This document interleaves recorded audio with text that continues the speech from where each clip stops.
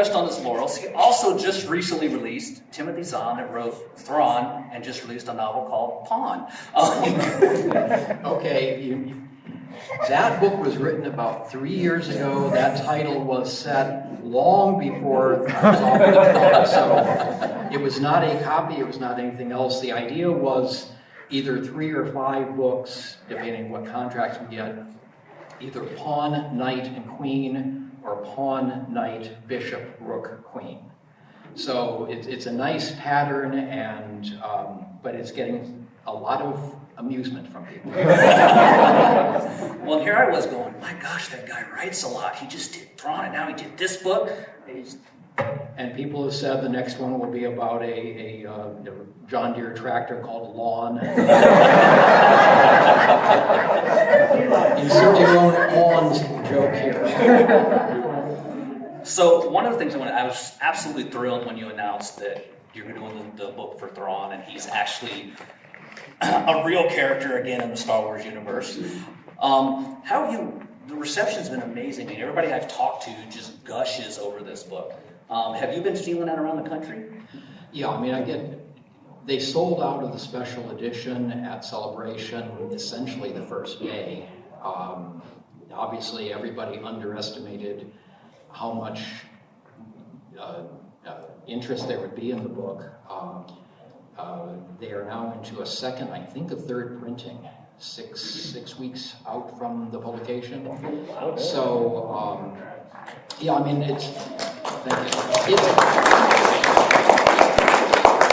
it's one of those things you never know.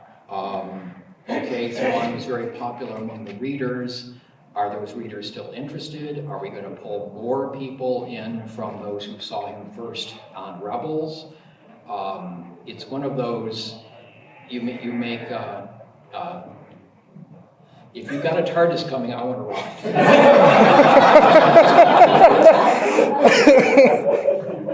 Yes, I have geek cred too. So it's one of those, you never know what the reaction is going to be, what the response is going to be. And to be honest, I don't know about other writers, but I never know when I finish a book whether it's any good. I mean, I know it's the best I can do, but I know the character arcs, I know the plot twists, I know the jokes, I know, the dramatic finale. I can't be surprised as I read it through, so I can't really tell. So I don't have any idea whether the fans are going to like this book, whatever the next book is, or not. I just have to hold my breath with everybody else. And it's just very gratifying that all of you were so excited about Thrawn and are welcoming him back, as it were, into the fold. Del Rey and Lucasfilm have done a great job. I mean, there's a Thrawn bobblehead, for heaven's sake. I've been a New York Times bestseller. I've been a Jeopardy question. I've been a collectible card, and now I'm a bobblehead. So I'm still a bobblehead. Something I've created is a bobblehead. So, life is complete. And actually, I wanted to ask about that. I noticed I saw a picture of it, and I'm trying to find where I can get one, that Thrawn is actually now in the Hasbro Black line of toys. I mean, that's almost like, okay, this character has arrived. This is awesome. Yeah, I think, Del Rey's here. I think that's coming out for San Diego Comic-Con. There's going to be a special edition, and then it comes out after that. They announced it and showed the prototype at Star Wars Celebration. And I was unable to walk away with the prototype, though I did try the Jedi mind trick. It doesn't work. It was Black Sun. It's very cool, and again, this is it's phenomenal. It's something I was hoping for, but never really expected. So this is, and so this is one reason I'm hitting as many conventions as possible this year, so I can meet people and sign books and things like that. So anybody in here not want that toy? You're in the wrong room. Actually, I sent the picture to my wife, and she's like, "Oh my God, an action figure!" I'm like, "Hush, that was just the wrong thing to say." So I don't know Woody called Buzz Lightyear an action figure, and he's pretty cool. Yeah, but it's Thrawn. It's cool. It's Someone said about the bobblehead that it's so cute that if Thrawn really existed, he'd hate it.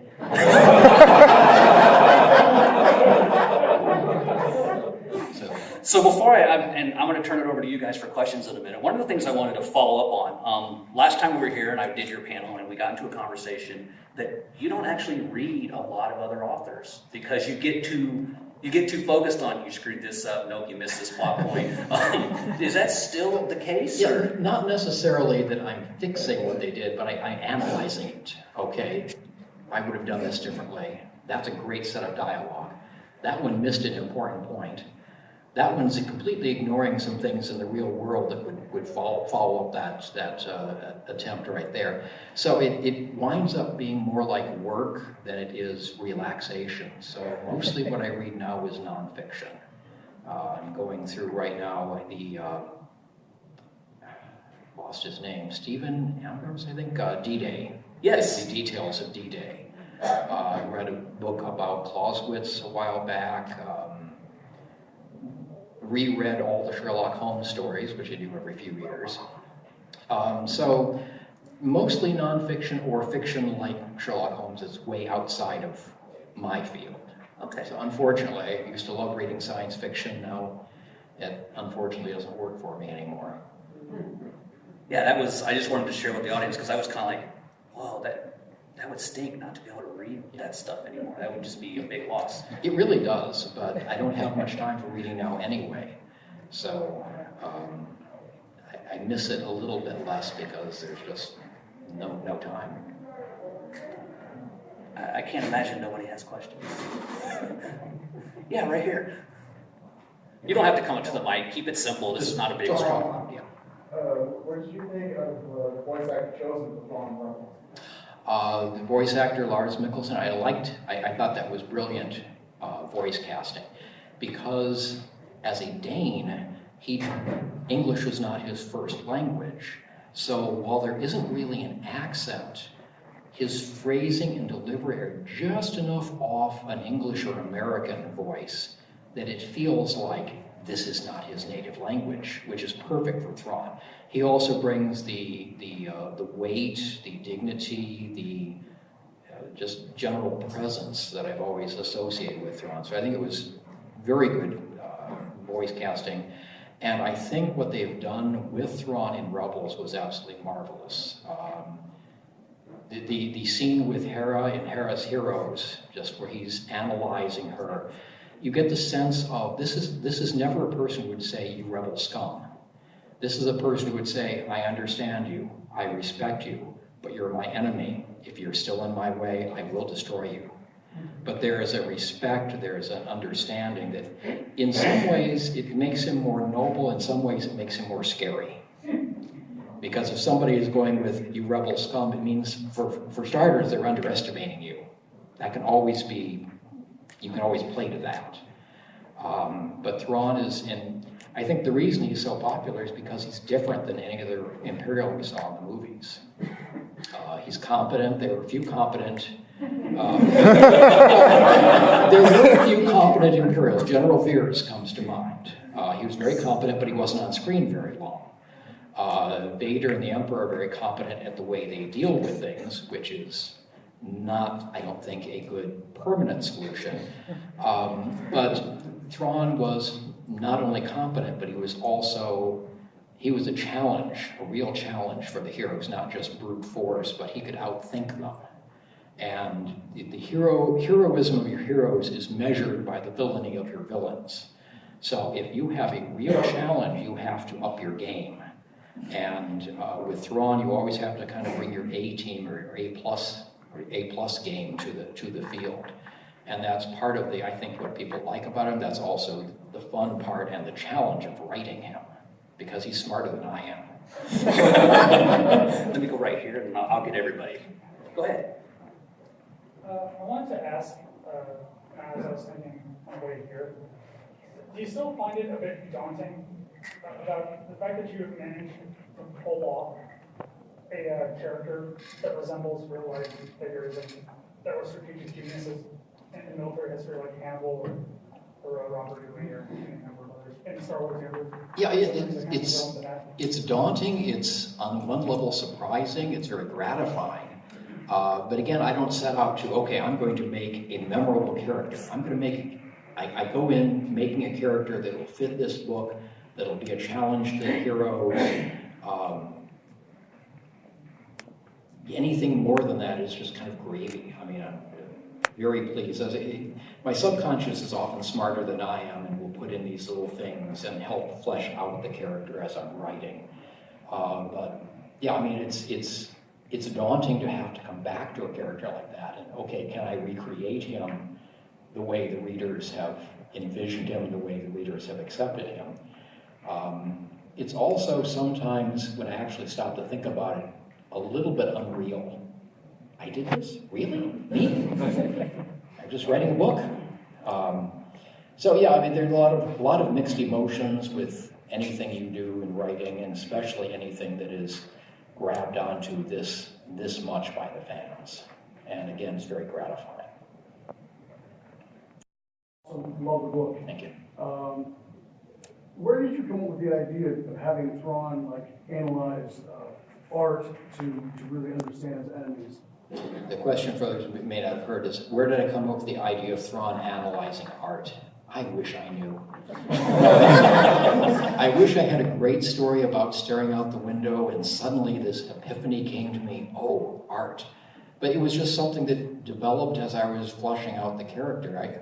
I think the closest thing I had to an epiphany was the idea that this is something that works for him the way the Force works for a Jedi. You don't really understand a Jedi and the use of the Force if you're not one, and you don't understand how Thrawn can extrapolate from artwork, but it works for him. So it was kind of a analog or a counterpoint to Jedi and the Force, but it just developed as I was working out the story. I have people said on occasion, I had somebody point out to me or suggest to me that maybe a better way to learn a culture would be through its legends. The problem with that one is, and music has also been suggested, the problem with legends is you would have to read it in translation or else know the original language to get all the proper nuances. Same with music. You listen to a conductor in an orchestra do the same piece. Now, 5 different orchestras will have 5 different interpretations. The art is just there. You can see it exactly as it was created. No intermediary needed. So all these things, again, that didn't really occur to me on a conscious level at the time, just kind of made the whole thing feel real within the universe. Yeah, please. Was there anything about Thrawn that surprised you when you came back to writing him after that break between books, like something that you had not thought of, and then you're working on the new book, going, oh, that's really God, you have that face. No, I'm just trying to think. It was like coming back to an old friend. There was nothing particular. I mean, it's the same Thrawn I wrote before, but you've put him in a different environment. He's now in the midst of a lot of political stuff. He's not the one in overall command. He's having to deal with different situations. So it's the same character, but the environment is different. And so I had to write him as he fits into this, works out these details, comes up against this type of person. But there was nothing, I don't think, in his character that surprised me. Again, I had written, 3, 4 books, 5 books that had him as a major or minor character. And by that time, I was pretty well familiar with the guy and know pretty much how he's going to react to any given situation. Okay, I'll just start, because I want to make sure I try to get to everybody, so I'll just work orderly over here, starting in the back. Do you think Thrawn's personality and his basic character might have had any slight changes in the Star Wars Rebels episodes? I don't know whether there are. That's always an interesting question. I mean, because what most people know of Thrawn was from the Thrawn trilogy, which is set, 10 to 15 years after the book, and probably 9 or 10 years after season 3 of Rebels. So people do change a little bit. Not necessarily, I mean, you never saw him get physical, hand-to-hand combat in the books, but he didn't need to. So arguing from silence is always a difficult thing. I like the fact they made him a bit more physical. Again, in Rebels, he is not the man in charge. I mean, he's got a fleet, but he's still answerable to Price to some extent, to Tarkin, and absolutely to the Emperor. And because I got to read some of the scripts ahead of time while I was working on the book, I was able to incorporate bits and pieces of that into the book being a prequel. So, okay, we see Thrawn doing hand-to-hand combat. I can put a little mention of how he got into that, or show some hand-to-hand and give a reason why he likes doing that sort of thing. The scene in Hera's Heroes where he grabs the Imperial officer, you can say he's just finally frustrated with this idiot, which I can certainly agree with. Or I gave another little possible reason for why he did this in the book as something else, a tactic he uses. So there were a couple things that sort of surprised me when I first saw them in Rebels, but nothing that couldn't be, I hate to say explained away, but nothing that it would not be part of his character. I can make them part of his character without any real problem. Right here. For those of us who remember the late 80s, dark ages of Star Wars, nothing was going on. Heir to the Empire comes out, that was like gold. It was like the holy grail for Star Wars fans. How did you come about writing that? Did Lucasfilm approach you, or did you come to them with the story? Where the Thrawn trilogy came from, in 1988, Lou Aronica, who was head of Bantam Spectra, had written a letter to Lucasfilm suggesting Bantam pick up the Star Wars saga, since George seemed to have abandoned it.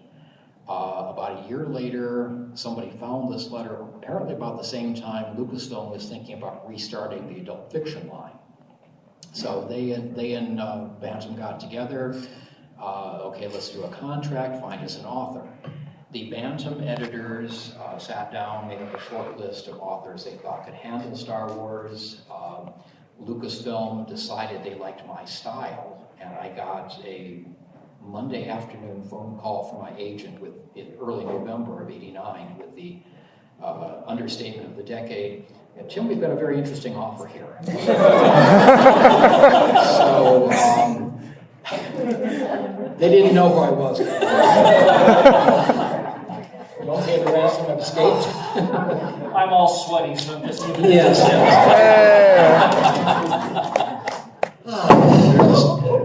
There's a story about a guy who was getting later and later in an all-night poker game and wondering what he's going to tell his wife, and finally at 3 a.m. he gets an inspiration. He calls her and says, "Honey, don't pay the ransom, I've escaped." And I did escape, and I'm here. So, for the uninitiated, none of y'all need an introduction to the gentleman that just ran in the room, I hope. Alan Dean Foster couldn't do this, I can tell you that.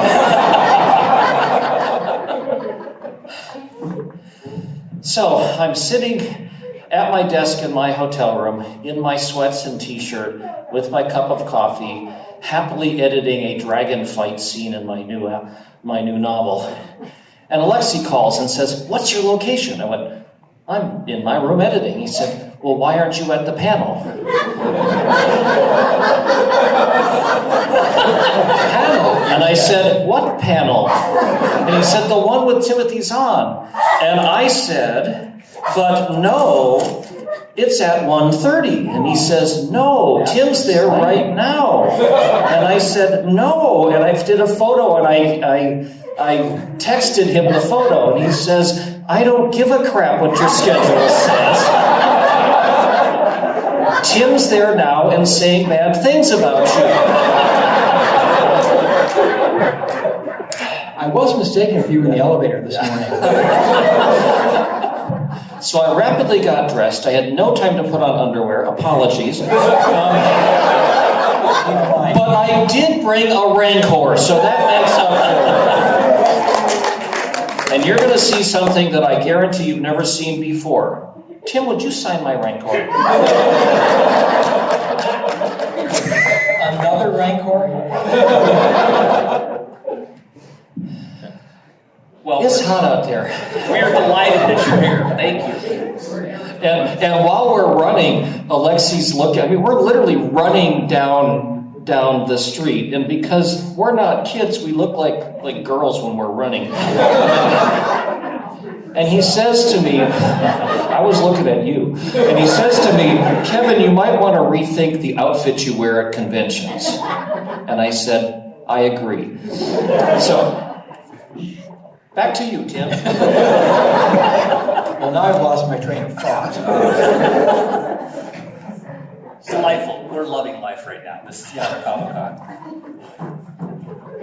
And right back here, please. So, I was wondering, sometimes you read a book, maybe not nonfiction, but, when you're reading fiction, a book from an author can come out right after another, and the writing style is completely different. And what I'm wondering is, if your characters, back influencing your writing style. So when you're writing for Thrawn, do you find yourself being more methodical and sneaky? And when you're writing, say, X-Files versus Star Wars, do you get kind of conspiratorial and high energy sort of,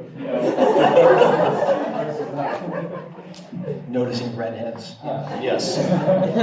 We both like redheads if you read our books closely. Well, you get into the character when you're writing, and this is funny because I told you I dictate, so I have a typist who transcribes all of my stuff. And this isn't a Star Wars book, but I had one where there was this really, really creepy serial killer that was in it, and I was writing chapters from his point of view, and my typist called and said, I don't like it when you do those chapters. Do you do a creepy voice? Well, but you're into the guy's head, and you're like, wouldn't that be fun if you just aren't entrails slippery when you put them on? I mean, that's what a writer does. Is you get it. We're writers. It's effectively like method acting. You're getting into the characters, and the bad guys are more fun. Absolutely. Yeah, right here. With today being the 40th anniversary of Star Wars, which are each of your fondest memories of the franchise? Well, my first memory of Star Wars and the first time I knew I was going to like this movie is when that Star Destroyer came overhead and just kept coming. And it was the first time I'd ever had a sense of size in a movie before. And by the time you got to see the engines, I knew I was going to like this movie. I think probably my favorite actual moment from that first viewing was the cantina scene with the, let me get you something. And suddenly this is not just an old man in a robe. He's taken out two guys with a couple of slashes of his lightsaber. And just the sudden understanding, this is not, an old codger, this is a warrior, which we'd gotten hints of, but the dictum, show, don't tell. Do not tell what a wonderful warrior he is. Show him dealing with a couple of nasties. So, I mean, those are two of my fondest memories. There are lots of others. Well, and I saw them. Tim is much, much older than I am, but I saw it when I was in high school. I did. Well, you're a couple years and not much older. I was going to say better preserved, but I won't. And I was in this small town in Wisconsin. I was in a high school. My graduating class was 160 people, and I was like this was before nerds were cool, okay? So I got the wedgies, and I never had a girlfriend, and I had hand-me-down clothes and the bad haircut and the thick glasses, and my friends belonged to the math club, stuff like that. And we watched science fiction, but you never expected much from science fiction. Science fiction was Attack of the Slime People and stuff like that on Saturday afternoon matinees. And there was this science fiction movie out called Star Wars. Well, you got to go see it because it's a science fiction movie. And there were actually radio ads. I remember the radio ads, which were really kind of odd, because remember, nobody knows anything about Star Wars, so they were talking about the mysterious C-3PO and something about the Jedi Knights, which I heard for some reason as the Jedi Knights. It doesn't mean anything. So we went to see it. A couple of my nerd friends and I went to this matinee showing, and we sat back, and the theater was half empty. It was in Madison, Wisconsin. The theater was half empty. And then it rolls up, and I just really need to emphasize this, because all of you who are younger than this don't quite get the impact. But we had never seen anything like this before. Even from the first seconds when the roll-up goes across, the slanted type going into the universe. Wow, that's kind of cool. And then the Star Destroyer comes overhead, and you go, wow. And I mean, we had to change our underwear. This was not anything you had ever seen before. The special effects, the vision, it's not just the special effects, but the vision of it, just the idea of the Star Destroyer coming overhead and coming overhead and coming overhead and coming overhead, that's really cool. And another thing, when the Millennium Falcon goes into light speed for the first time and the stars elongate and come towards you, that was another just seat-wetting moment. You had never, ever seen this before. And it just completely blew you away. And then, of course, we saw it 9 times, I think, in the theater, paying our $2 movie tickets and stuff like that. And the impact of Star Wars, it's hard to even compare it now, because it's been copied so many times, and everybody has seen these scenes before. And so by the time you see the stuff that was so seminal in Star Wars, it's old hat now. But this was... I can't even express just how life-changing this was. And the previous, high level of nerddom had been Star Trek, which was cool, the series, but everything looked like it had come fresh out of a box. You could not imagine anybody in the Star Trek universe looking at a spaceship and saying, what a piece of junk. Because we all fly in it. Harry Mudd's ship, maybe. But. Yeah, well, maybe. But, and the feel of Star Wars, again, the Enterprise now, granted, it's a TV show, they're on a budget and everything, but things just looked like they were made of blocks of stuff. Things didn't come apart like the Falcon, which is how the real world operates. You can't imagine anybody saying to Scotty, no, this one goes there, that one goes there. But that's how the real world It goes against the laws of physics. Yeah. We're going to break them anyway, because by fourth act, as we need to. But yeah, things come apart. It's got not just a lived-in look, but it's got this is how things are really done. Give you one of my favorite examples from the movies. Han and Luke, at the escape from the Death Star, head up and down the ladders to the gun bays. By the time they get to the gun bays, gravity is rotated 90 degrees. They sit in sideways. Well, if you've got artificial gravity, you design it and you put it the way you want it. It's not, nobody draws attention to it, but this is how you would design the ship. If you want to sit there, you've rotated your gravity by the time you get to the gun well. And it's these things that and they don't explain that. Star Trek would have spent 10 minutes explaining that. or even draw attention to it. That's one of the things I like about the tech in the Guardians of the Galaxy movies. You see it happening, they don't explain it. Okay, you guys figure out how this is working. And we do. But it's that sense of these are real people living in a real universe that Star Wars did best first. And there's another really important thing that Star Wars did that I guess we can argue whether it's good or bad. But remember, George Lucas came off of American Graffiti. And when he said he wanted to do this big science fiction movie, they thought he was totally nuts. And he ended up taking director scale wages to do it, I think, right? And because he's an Academy Award-winning filmmaker, and he wants to do this, and he takes scale because he really wants to do Star Wars. And then, as some other thing to sweeten the pot, he says, all right, can you just throw in and let me keep all the merchandising too? And they just went, what an idiot, right, sure. Like anybody wants to buy Chewbacca. Yeah, anybody wants to buy Rancor toys. And Star Wars was like the first mind-boggling licensing thing where you had toys from. You didn't see Attack of the Slime People toys. And that, for good or bad, changed the entire industry. It's what keeps the lights on at night, right? To a large extent.